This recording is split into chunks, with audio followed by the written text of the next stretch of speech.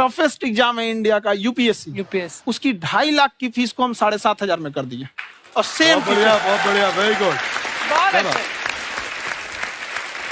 और इंडिया के सबसे बेस्ट टीचर के साथ जो भी हैं वो अपने सब्जेक्ट में उससे बेस्ट इंडिया में कोई नहीं। और इतना के बावजूद ऐसे हम लोग को लगता होगा 7,500 बहुत कम है।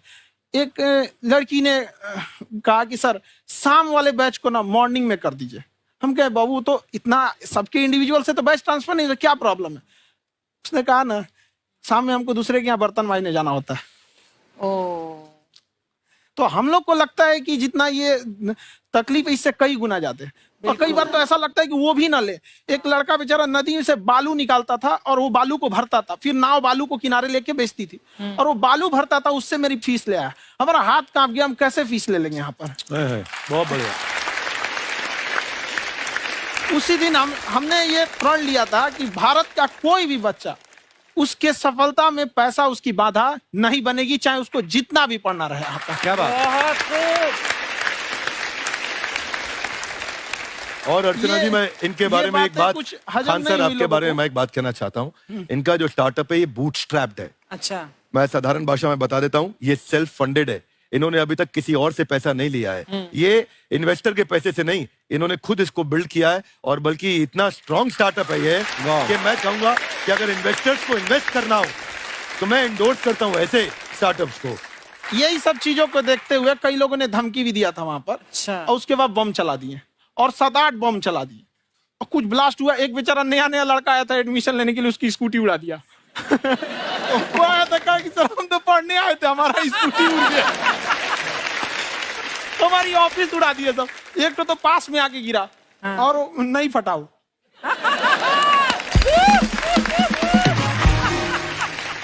बाद में बहुत सारे लोग धमकियां दिए, लेकिन कहते हैं ना सूरज कितना भी तेज चमक ले समंदर नहीं सुखा सकता। वाह वाह वाह, क्या बात है।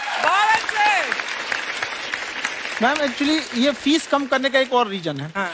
2.5 लाख 3 लाख की जो फीस में सब लोग पढ़ाई एफोर्ड नहीं कर पाते, इसलिए वो कुछ ही लोग एफोर्ड कर पाते हैं, तो उनका मेंटल लेवल तो बहुत ऊपर चला जाता है। लेकिन एक पूरे देश का मेंटल लेवल थोड़ा सा स्टेबल नहीं हो पाता।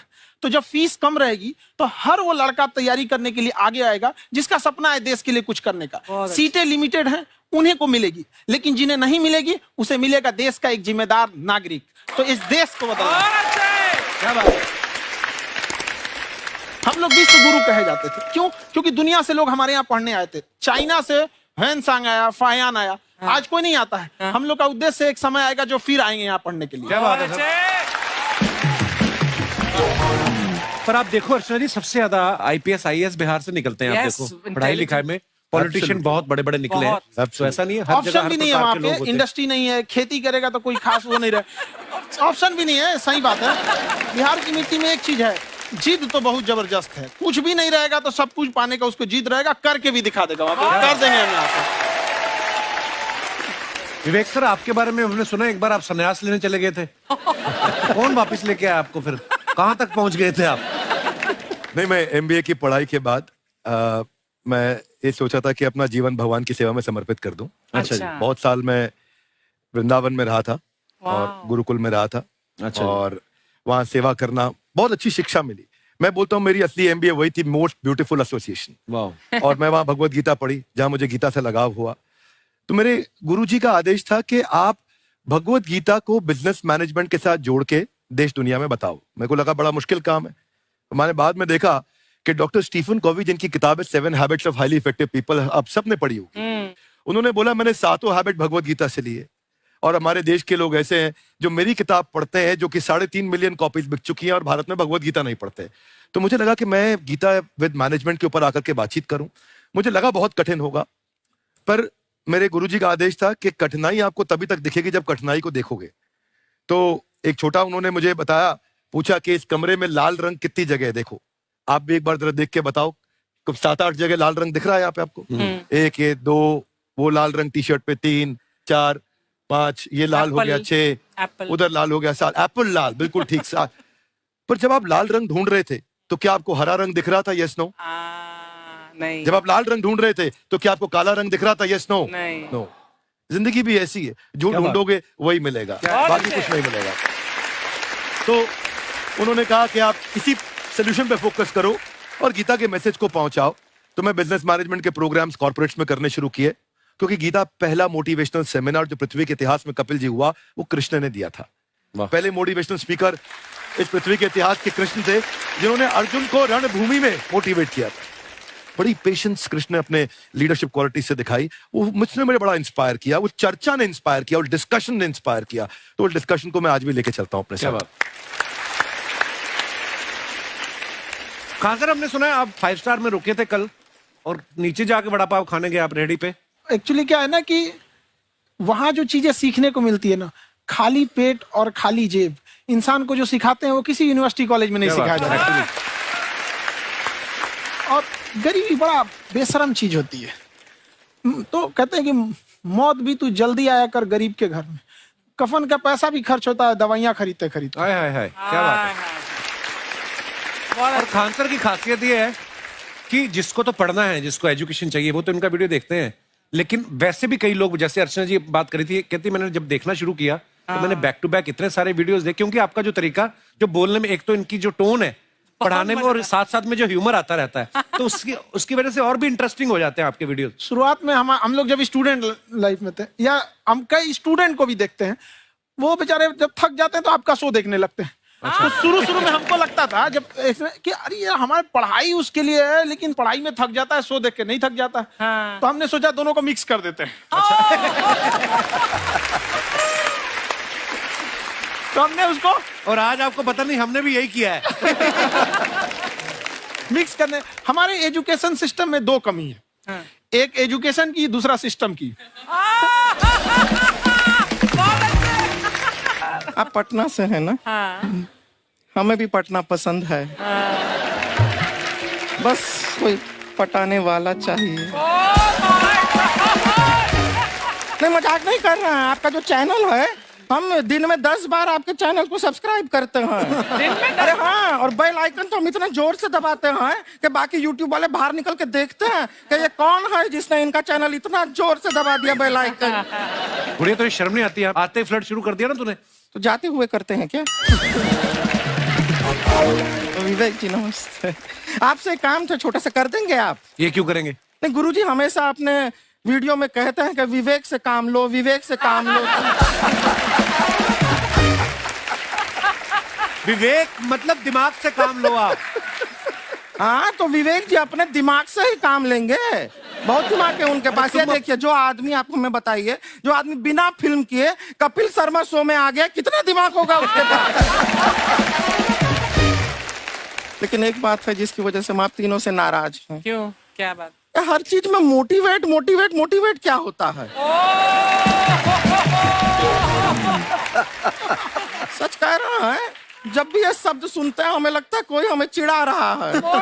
बदल दीजिए ना, खाली मोटिवेट बोलना ही क्यों जरूरी है? कुछ और कीजिए। रोटी वेट, छोटी वेट, पतली वेट, कुछ भी बोलिए, मोटिवेट हटाइए। तो गुड़िया, तू भी एक्सरसाइज किया कर ना, देख डॉक्टर साहब ने कितना वजन कम किया है, तू भी कर ले। ठीक है, फिर मोटिवेट से ही चला लेंगे।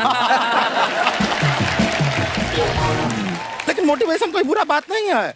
हमारे दादाजी भी वैसे बहुत मोटिवेट करते थे। हाँ, एक बार तो तालाब में डूब रहे थे हमारे दादाजी। हमारे पास रस्सी भी था, ट्यूब भी था, फिर भी हम अपने दादाजी को बचा नहीं पाए। क्यों? क्योंकि हमने उनकी ओर तिनका फेंका ना, वही कहते थे डूबते को तिनका का सहारा काफी।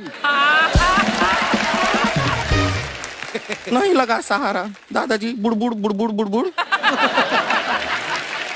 गुड़िया, तू क्या करने आई इधर? अरे हाँ, हम क्या करने आए हैं, एक पूछना था सर, खान सर। ये जो हमारा एक चाचा का लड़का है, उसको क्या है, थोड़ा पढ़ाई में प्रॉब्लम हो रहा है। तो 12वीं का पढ़ाई आप उसको अच्छी तरह करवा के 12वीं पास करवा देंगे आप? करवा देंगे, वेरी गुड, बात कर लेते हैं। हाँ राम सरोवर, देखो हमारा बात हो गया है। ये 10वीं जो तुमसे नहीं दिया जा रहा है वो नहीं देना है।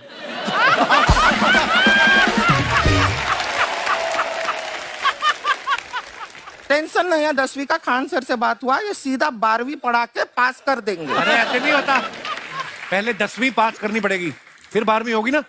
ऐसा कोई जरूरी नहीं है ये सीक्वेंस। हमारे मौसा जी थे, उनसे ना 10वीं हुई ना 12वीं हुई। अभी 3 दिन पहले सीधा उनकी 13वीं हुई। एक्चुअली क्या है, पढ़ाई लिखाई का हमको बहुत ज्यादा नॉलेज है नहीं। गांव में पढ़े हैं ना सर, स्कूल कहाँ होते थे अर्चना जी, गांव में स्कूल नहीं था, पेड़ के नीचे पढ़ते थे हम। यहाँ तक कि हमारे पास ब्लैक बोर्ड भी नहीं था। हमारे मोहल्ले की जो भैंसिया थी उसको खड़ा करके टीचर उसके ऊपर लिख के पढ़ाती थी। मजाक नहीं कर रहे हैं। और आप तो समझ रहे हैं, अभी ब्लैक बोर्ड की एक अटैच डस्टर था बैक बोर्ड का, समझ रहे हैं ऐसा, वो पीछे से आता था, लिखा हुआ मिटाता था और चला जाता था।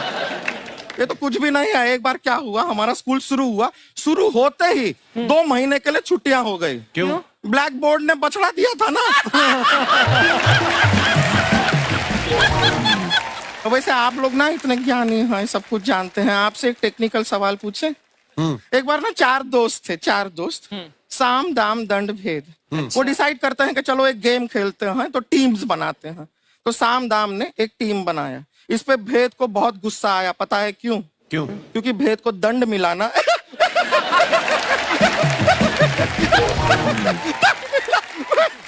ये सिर्फ हंसती नहीं है सर, थोड़ा सा पेट्रोल पिला दो स्टार्ट भी हो जाती है। इतना है कि और भी बता दीजिए, जब हम बीमार होते हैं हम डॉक्टर के पास नहीं मैकेनिक के पास जाते हैं, और डिटेल दे दीजिए। ऐसा कुछ नहीं है सर, ये बोलते हैं खाली। लेकिन अभी एक रिक्वेस्ट था सर, हमारा एक भाई है, पुरुषोत्तम नाम है उसका, वो गांव से आया हुआ है। आप लोग थोड़ा उससे सब बातचीत करेंगे, थोड़ा उसको प्रोत्साहन देंगे। और शर्मा जी, आपसे भी एक रिक्वेस्ट था, आपसे हमने कभी कुछ मांगा नहीं है। पुरुषोत्तम आएगा ना, एक बार बस उससे कह दीजिएगा, पुरुषोत्तम तुम कितने हैंडसम हो। मैंने देखा ही नहीं अभी तक। तो देख के बस बोल दीजिएगा तुम ठीक है। कितने हैंडसम हो, ऐसा बोल दीजिएगा प्लीज। ठीक है। हम बुला लेते हैं पुरुषोत्तम।